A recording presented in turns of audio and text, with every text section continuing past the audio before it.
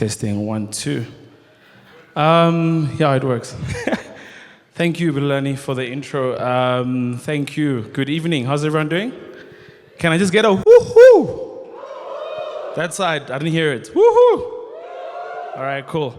Let's get into it. My name is Llewellyn. Apparently, I'm an investor, but I'm more an inventor. That's basically what I go by. I feel like I always add things to what I do. I tend to do something, and then as time goes on, something else adds on, and something else adds on, because ultimately we're all infinite. You know what I mean? There is no limitation. You are more than what people think that you are. So, but more than anything, thank you for the opportunity. I'm here.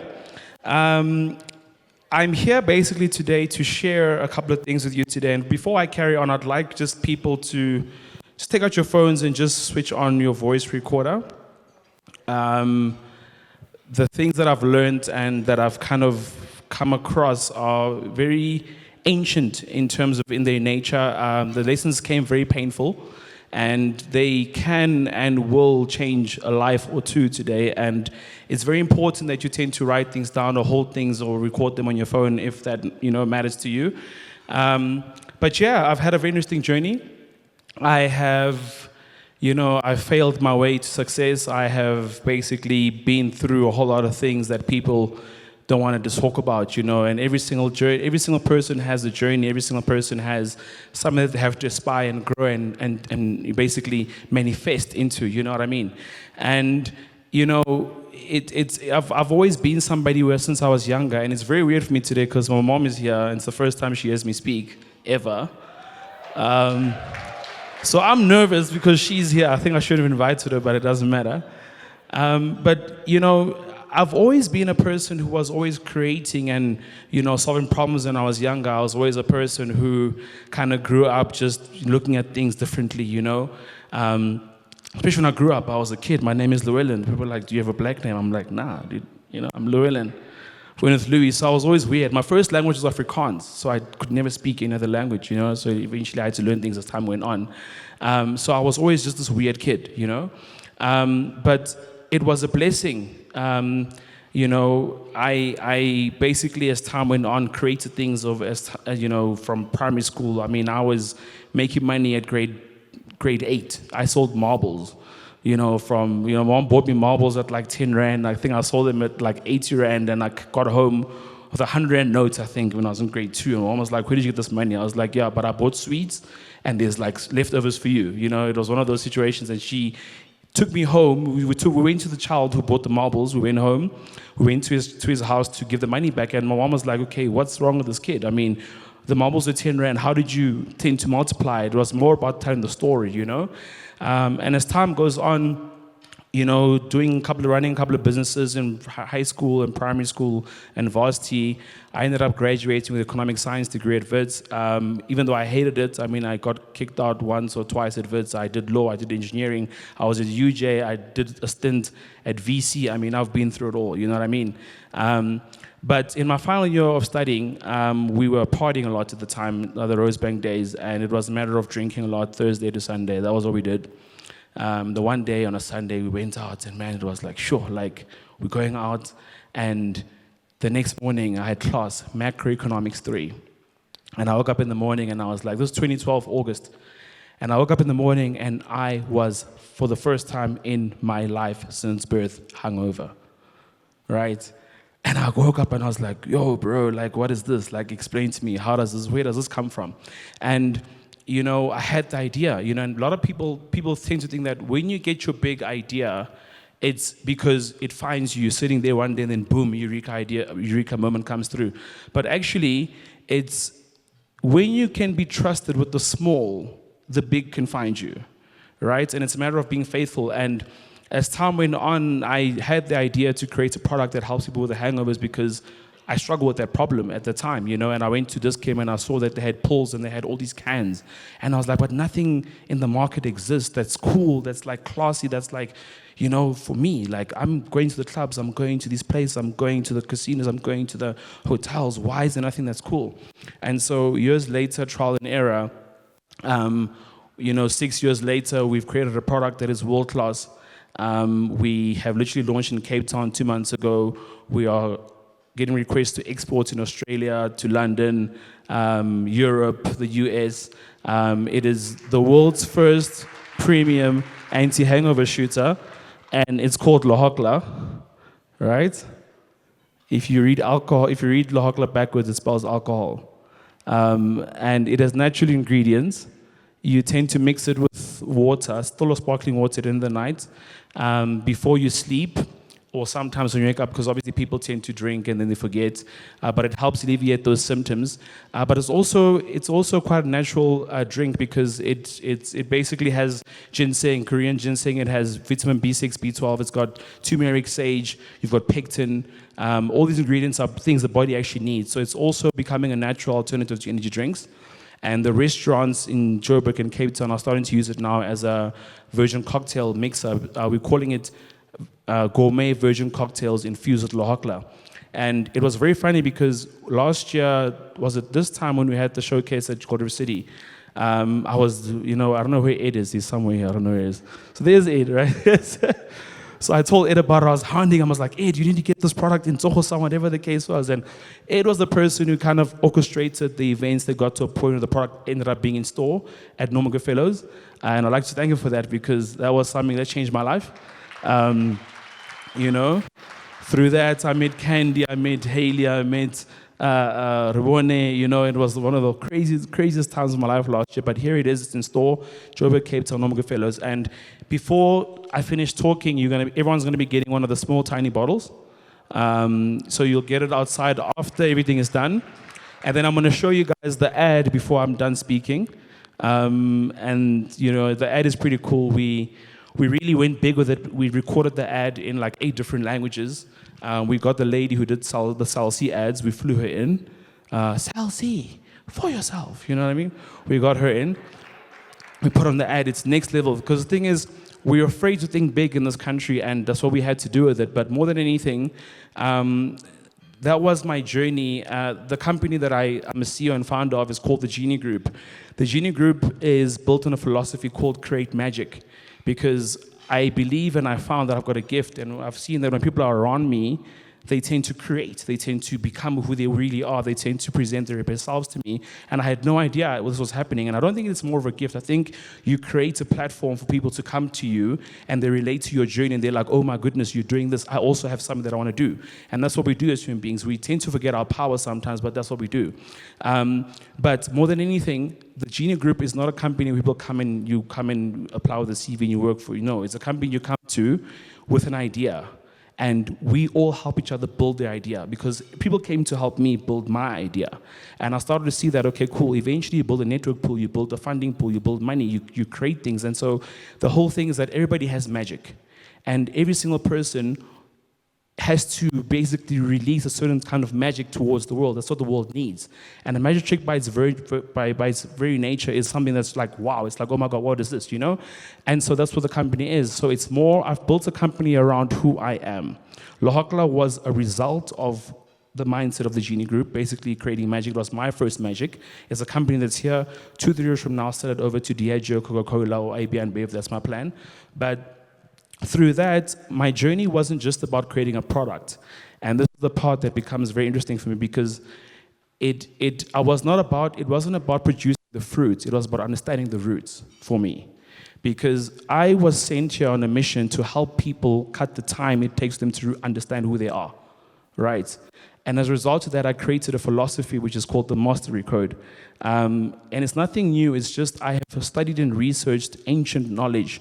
I've went through things that hurt me, that broke me, and I had to learn the lessons, the mindset principles of why we are what we are, why we struggle with the things we struggle with, and, understanding psychology, understanding people that, every single oppression system that has ever existed, from the Roman Empire, medieval times, understanding every single thing, how people thought and how they built these things. And so, the Mastery Code, and I'm going to explain that and talk to you about that today, because I think the entrepreneurs always get their shine. I think everybody cares about entrepreneurs, and it's all cool. We love them. I think I'm an entrepreneur too. But I think I want to speak more to everybody in the room before I focus down to entrepreneurs, because I saw in the program someone's going to talk about something about entrepreneurship, so that's pretty dope. So but I want to talk to you and explain the mastery code to you. And it comes. I'm going to be explaining it to you in three steps, but it's not 3 steps, but 3 points. And the first point is going to be what you are, who you are. The second point is I'm going to be talking about what was done to you, and the third point is going to be talking about the mastery code itself. So, and let me get into it. So, as I was researching things and I started looking at human beings, studying nature, studying creation, studying, what makes us similar. Because I started to realize that there are more things that make us similar than there are that make us different. And society tends to highlight a lot about what differentiates us, And it's like, oh, he's different or she's different, and then, oh, attack that person. And I started to realize that, the commonalities that come as a result of being human are mind-blowing. And I started to realize that, okay, cool. Number one, every single human being in this room right now is creative. Okay? That means that you are creating reality every single day, whether you're intentional about it or whether you're accidental about it, you are creating reality. You're creating an experience. Second thing you are diverse, which means that you are different from each other person that's sitting next to you. It doesn't matter if you grew up in a house with a twin sister or twin brother, same environment, same place, it doesn't matter where you come from, you're different. Each one of us is diverse. The third thing, each one of us is organic, meaning that we are different, we are growing. Each and every single day we're becoming a different person, because every single experience that comes to you every single day shapes you, your thinking, your patterns, okay? I started to look at Maslow's hierarchy of needs, and I started looking at it, and I was like, okay, cool. All right, so it's physiological needs, it's your security needs, it's okay, love and acceptance, and I looked at self-actualization. I was like, wow, self-actualization, creativity, spontaneity, problem solving, morality, and compassionate. And I was like, wow, this is the highest level of achievement.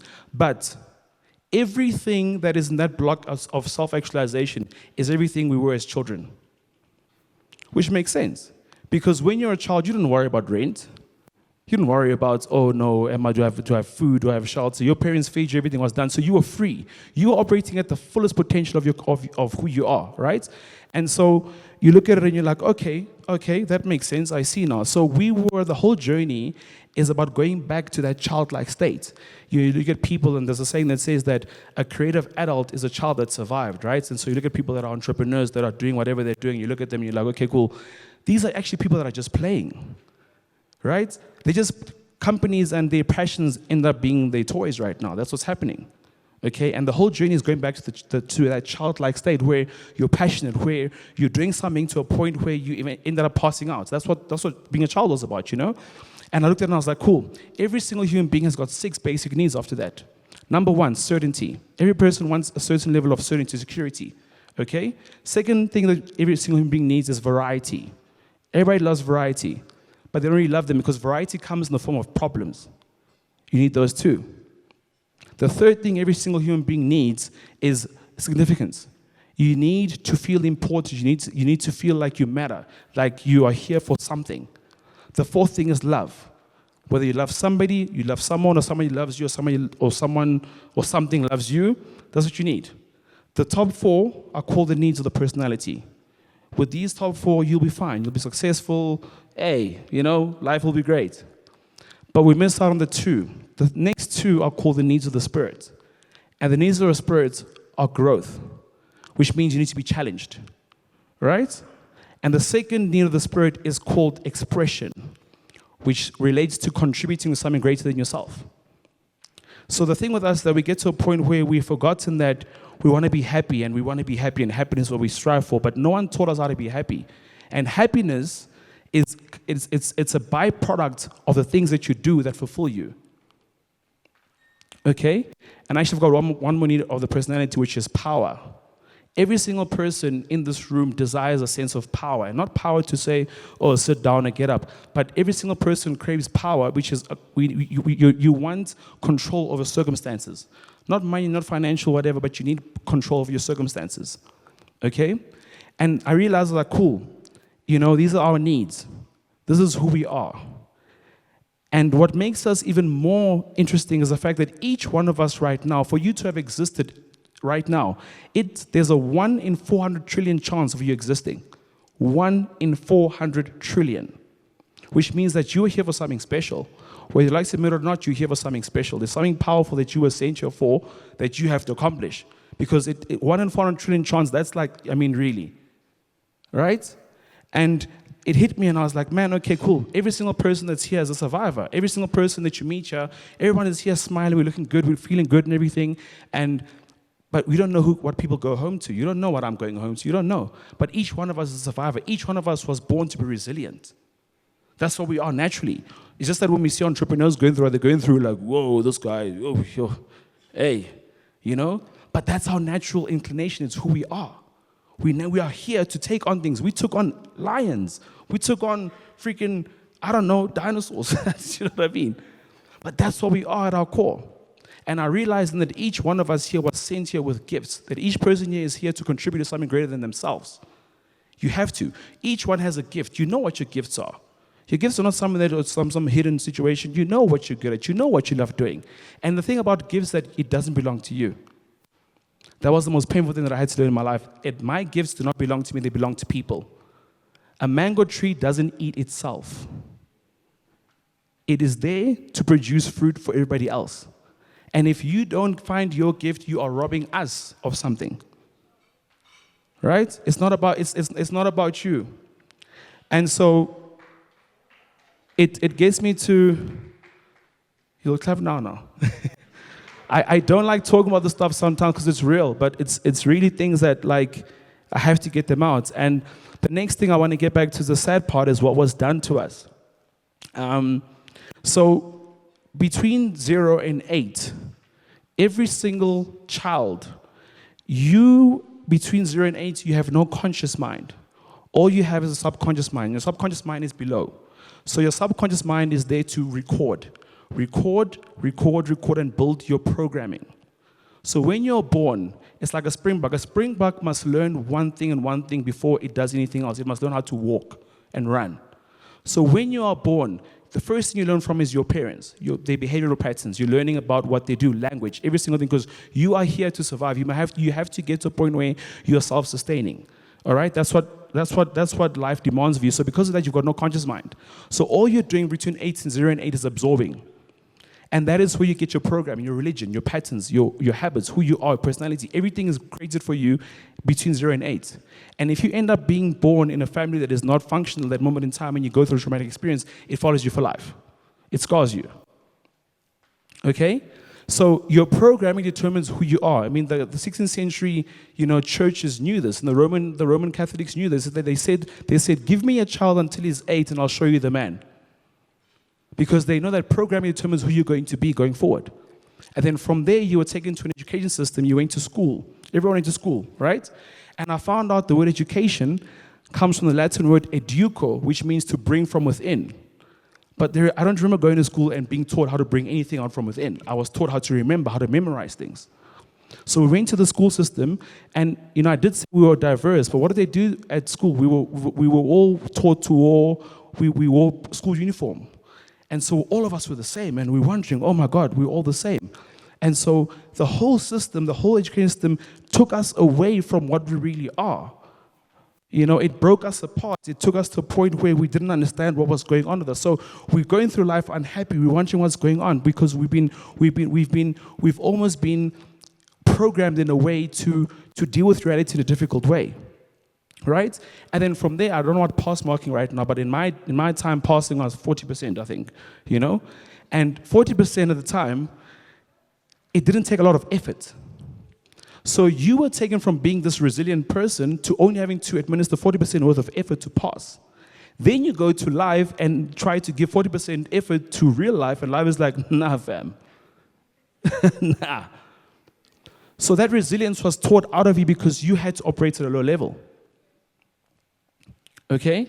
And then from there, throughout the times, it is proven that by the time a child is 18 years old, he or she has heard the word no over 100,000 times. So you have a natural inclination to develop a negative, pessimistic view towards reality. So you don't believe in anything. Someone comes to you with an idea, you shoot it down.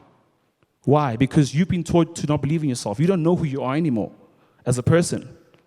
So that's why with us is that we get to a point where I got so tired of people looking at me and saying, oh, Llewellyn, you're doing all these amazing things, that, I thought I was special. I was like, ooh, I'm special. Wow. This knowledge told me that anybody can do this. right? Anybody can do what I've done. All I've done was not discover something new. I just went back to what I truly am. That's what happened to me. And so because of all these things, the news, you hear about corruption, you're hearing about, oh no, by the time you listen, people are driving in the morning, listening to the radio, you've heard there's 10 deaths on the road already in the morning. You've heard that whoever shot whoever, by the time you get to work, you're upset. You don't even know why. You know what I mean? Because you've programmed yourself. You're hearing all these things, taking it all in. And because of all those things, you tend to operate in reality from a lack perspective. So it's about competition. It's about that person winning means I'm losing. If I'm winning, someone else is losing. So we fight against each other. That makes us desperate. And when you're desperate, con men come through. And society is geared to profit over the misfortunes of people. So when you go through what you're going through as a psychologist, a psychiatrist, there's this, there's that.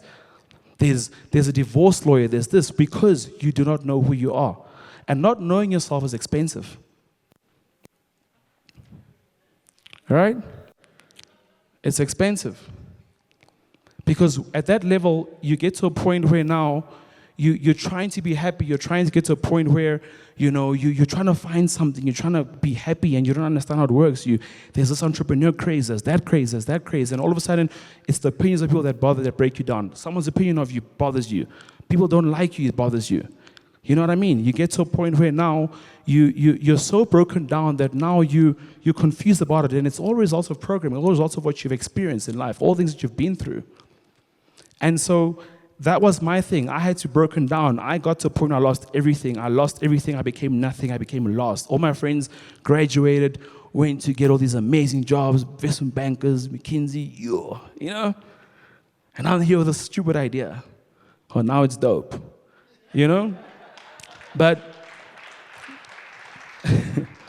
the whole thing was that I developed the mastery code I discovered the mastery code there, which is what I called it, because the journey is about self-mastery.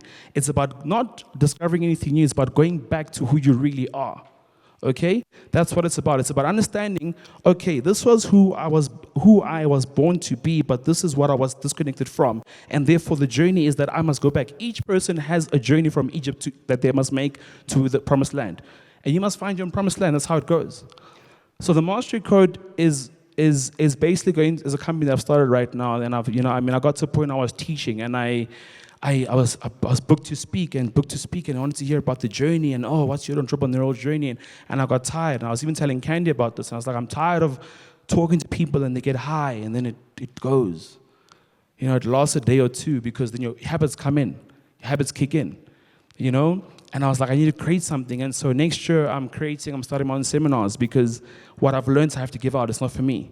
And the mastery code focuses on 4 aspects. Number 1, awareness. Awareness coming from the fact that only once a person is aware of their chains can they aspire to freedom. All right? So you need to know what's happened to you. The second thing you need to understand is unlearning. And unlearning is not a matter of, I'm going to unlearn. It's a matter of understanding your own programming. Okay? Making you aware of the fact that what you're experiencing today is a result of programs that you adopted subconsciously without knowing or knowing. And then it's about learning. And then relearning, because it's a matter of habits. You do not choose your future, you choose your habits, and your habits choose your future. That's how it works. All right? And so it's a philosophy that forces you to face yourself. You look at yourself, because everything in life now is designed to distract us. You don't spend time with yourself. You don't spend time, trying to figure out what gifts you have, who you are, what your story is. And so it's 5 fundamental questions every human being must ask. Number 1, who am I? Number 2, where do I come from? Number 3, why am I here? Number 4, what can I do? Number 5, where am I going? Question number 1 is identity. Who am I? Question number 2 is origin. Where am I from? Question number 3 is purpose. The word purpose comes from the Latin word meaning pose, meaning by design, meaning stance. And then P-U-R in the Latin word is one of the first prefixes, meaning it came before. So you had a stance, you had a design before you came here. Because nature accomplishes what it does before it releases it. That's how it works. A tree is locked up in the seed before you see the tree. So before you appear here, you have a mission already. You've got a mandate. It's already with you. That's purpose. The 4th question is ability. What can I do? And the fifth question is, where am I going direction? And so the whole thing with the master creator is that when you get to a point and you understand who you are and what your gifts are, that is when you start to look at it and say, okay, cool, your gifts cannot be taught to you. They can only be discovered and refined. Right? What you give, if you're a singer, if you're a musician, if you're an entrepreneur, if you have a business, you have an idea, it gives back to you what you give into it. Okay? And when your gift meets a problem, the outcome is wealth. This is a law. And so when people find out who they are and they discover their own talents, their own gifts, and they take those gifts, this is what people have done with the entrepreneur program. They have found problems. They have found things that bother them in the world, and they said, okay, cool, I've got something here, and I'm going to take this to people. And those people are going to come with an opportunity for me, and all of a sudden, when that gift meets a problem, the outcome is wealth. I created a problem. I found a problem of hangovers. I took my gift, which is problem solving, I created a problem, and now I have a global solution for a very big problem. Right? Because the outcome is wealth, because your gifts are not for you. And the thing I found about gifts, that your gifts will make way for you in this world. They will make way for you. People will say to you, no, but your gifts will make way for you. And that's the whole thing, is that when you discover your gifts, then you decide, do you want to be an entrepreneur? Do you want to be a musician? Do you want to be a singer? Do you want to be this? Because the thing is, it's not about just having a job and about having security. It's about, and people like to say, oh, jobs are horrible. No. People do have a need for security. They have a need to discover certain things about themselves. But the thing is, when all you're doing is your job and you're not working on your gift, that element of fulfillment, you're missing it out. You're missing out on that element. That's a fact. No one can lie to you about that. And you start to see, I look at people like, and Candy Reborn, I look at Haley. I mean, this is work. I see this. This is not just easy, coming here, and it takes a lot of effort. And for you to be able to do some of this, it takes passion. Because I looked at the people today at the showcase, I saw hunger. And I looked at it a long time ago, and I was like, you know what? In our country, in the third world, which is what I'm passionate about, is that we have a mindset problem. Our problem is that we do think, but we don't think big enough. Because we've been programmed to think low. We've been programmed to think, okay, this is as far as it goes. And I want to close off by saying that, that it's when you start to understand that the game of entrepreneurs or business in this country we don't have a developed country of 300 million people that speak the same language. You're playing the game on hard mode. There aren't venture capital investors over here that are running around with funding all over the place. It doesn't work that way. We had to find investors from Switzerland. People in Switzerland had to call me. That's what happened. You know what I mean? And I've made it a point that I don't want anybody ever to go through what I had to go through to get to where I'm at right now. I don't think anybody wants to deal with Ed. It is the coolest person. And it's really about understanding that it's really what we have is we have to look at it and say, you can't throw money at a mindset problem. And that's what we're having right now, is that everybody wants to create jobs, you throw money at it. You can't throw money at a mindset problem. You can throw money at a road problem. Yeah, if you have billion rand, fix the roads, billion rand will get fixed. But you can't fix a mindset problem. A mindset problem needs time, it needs knowledge, it needs exposure. It needs a new way of thinking, a new way of looking at things, and it needs big thinking. It needs people to get to a point where we can start working together and saying, listen, this is what we have right now. Can we create things to take on the world? Because the world is getting to a point right now where it's gone to a point where the development, the innovation is not coming anymore. The world is waiting for new ideas, and the African population or third world population is majority young people. So the new wave of whatever's going to happen is coming from over here, because we are the ones that the millennials, the people that don't want to work hard, apparently. You know what I mean? But the thing is, for you to understand your gifts, I want everybody to understand this, that it's about understanding your gifts, understanding who you are, understanding what you're about, and then expressing that.